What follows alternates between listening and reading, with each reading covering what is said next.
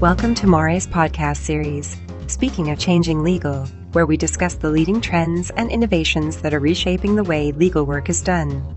Today's episode features Morae's Daniel Abramoff speaking with Roy Austin of Meta on his role in shaping Meta's commitment to civil rights and social responsibility.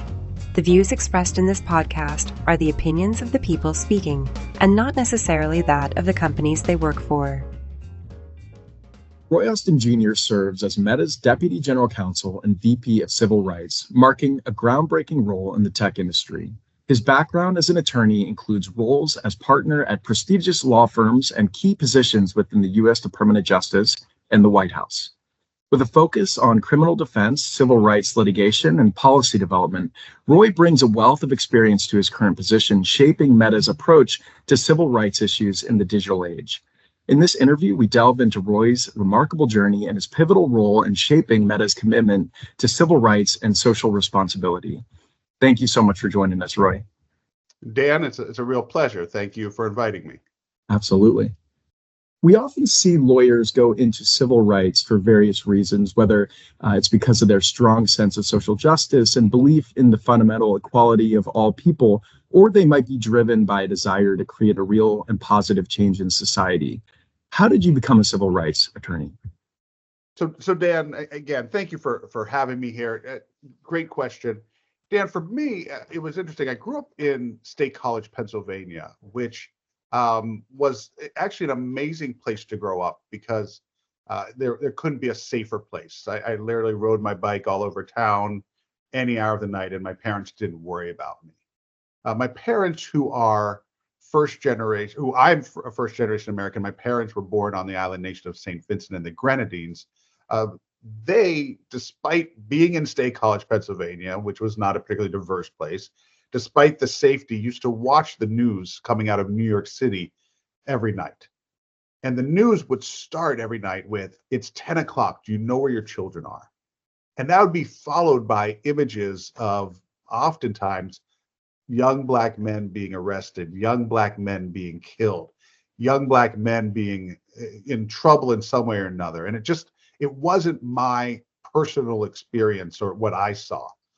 And for me, it became kind of, how can I make sure that more young Black men have the same experience? And so that, combined with the fact that my dad was a criminologist, sociologist, dealing with issues of juvenile delinquency, that and the fact that my parents let me watch too much TV, and I watched a bunch of lawyer shows and saw stand-up lawyers and said, I want to be a litigator, a trial attorney. All of those things together are what led me in the direction of civil rights. That's amazing. And I think it's very interesting and important to highlight the fact that, you were, to your point, you had a pretty easy upbringing in the sense that you didn't have to deal with these traumas, but you were looking at this as, what can I do? What can I do to help? And I think that's such a powerful thing that certain people are able to take on. What were your parents' thoughts when you let them know that's what you want to do?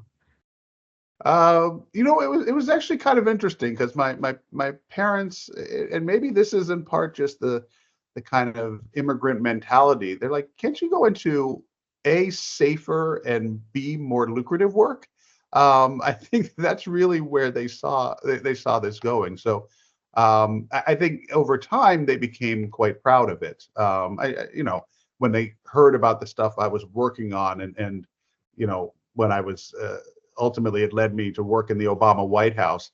There was pride there. At first, though, when I'm traveling around the country as a lawyer, investigating and prosecuting hate crimes and police misconduct cases on a DOJ trial attorney salary, I think their first instinct was, okay, that sounds dangerous and you're not making a lot of money.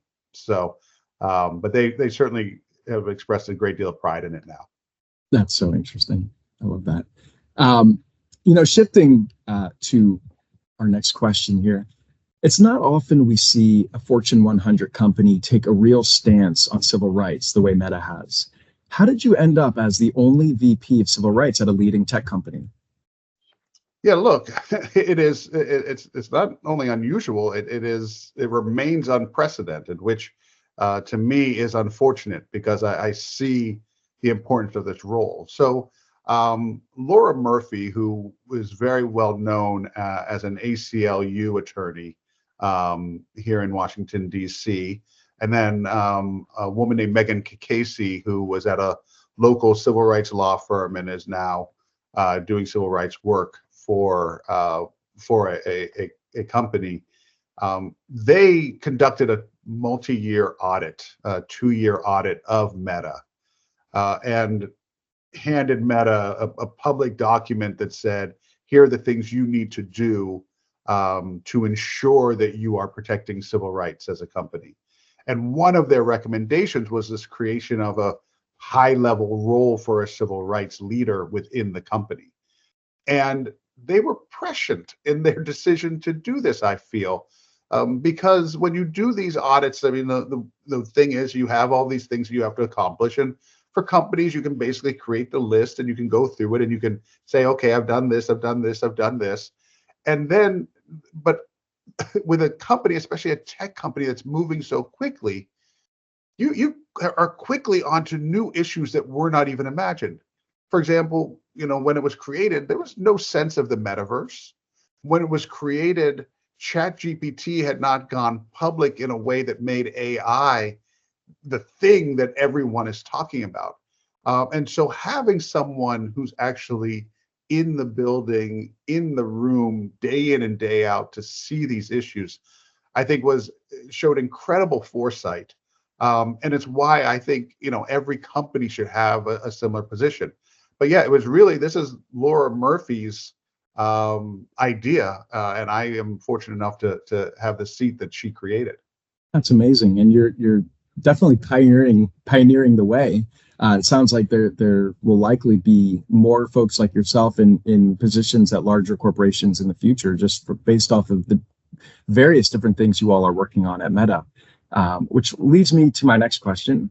What does the day-to-day look like for you as the Deputy General Counsel of Civil Rights at Meta, and what are some of the projects you're currently working on? Yeah, so look, it is, you could just imagine being in a tech company in general, and that the day-to-day is different all the time, and things are moving that fast all the time. So for us, and it's really how I've organized the work is, again, there was no template for me to play off of. What I ended up doing is looking at kind of what I saw were the major moving pieces here at Meta, and wanted to have what I call a pillar lead. So an associate deputy counsel over each of these pillars, more or less. And so, what are the big civil rights issues that we deal with as a company? One is voting and civic engagement, voting being one of the fundamental civil rights that people marched on the street for. That's kind of what these pictures are behind me. So I have a voting and civic engagement lead. I have a lead on hate crimes and law enforcement. I have a lead on technology. I have a lead on policy, and then a lead on product. So I have basically 5 leads. And for me, day in and day out is what are they seeing? What is happening? And so on one day, the metaverse and avatars is cropping up, and we have to figure that out. On another day, we have elections going on, and we have to help and work across the company to figure out, like, how do we make sure that people aren't misled on time, place, manner of voting on our platforms. Another day, all of a sudden, we're releasing a new product, and it is like, does that product have an impact on civil rights? So really, we are moving all over the place. So my days are, like everybody else, a lot of Zoom calls, but also a lot of reading and figuring out and trying to understand what is the product that we are creating and what will it look like? What are the policies that are going to support that product, and how do we make sure that those are being looked at through a civil rights lens? So truly, every single day is different. The learning curve remains incredibly steep. The work remains incredibly exciting. But again, it's the need and importance of having someone in the room who wakes up every single day thinking, what is the impact? What will be the impact of our product or our policy on our historically and systemically marginalized communities? defined by it. And I've limited it a little bit to certain protected characteristics. So race, religion, national origin, ethnicity, gender identity, sexual orientation, and disability. Well, you're obviously in a position to make a massive impact on so many people. So I'm sure that that doesn't escape you easily. So that is very, very interesting. And I'm just curious to hear your thoughts. What does the future look like in your opinion in terms of civil rights in the commercial space, as well as just within society, and how much that will play a hand into sort of shaping the acceptance of how people view each other? Look, it will always be an essential place. Unfortunately, people get treated differently, certainly feel they are treated differently based on their protected characteristics. And so civil rights will always be crucial. We're never going to forget that people identify themselves by their faith, or identify themselves by their sexual orientation, or are identified by those things. And so there will always be a need to ensure that we are treating everyone equitably and fairly and justly. And so, the future is that these protections will always be necessary. Now, let's not be Pollyanna-ish here and believe that, there aren't certain headwinds that come and go. But, as I remind my team every day, there are people who marched in the streets, who died basically to give us the opportunities we have today. And they'd be kind of mad if we were whining that someone's trying to ban some books and someone else is trying to take away someone's voting rights, and that we thought that that these headwinds were too stiff. The work will be there forever to be done, and it is my hope that more companies get in front of it and say, what, we want people who have this expertise to be leading our efforts here, to be listening both to what is being said externally, what's happening internally, and what can we do to be better corporate citizens.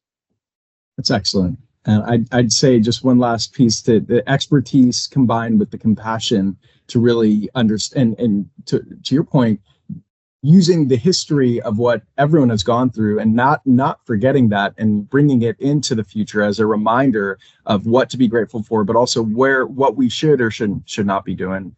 I thank you so much, Roy. I appreciate you taking the time. I think that so many others out there will find this very valuable.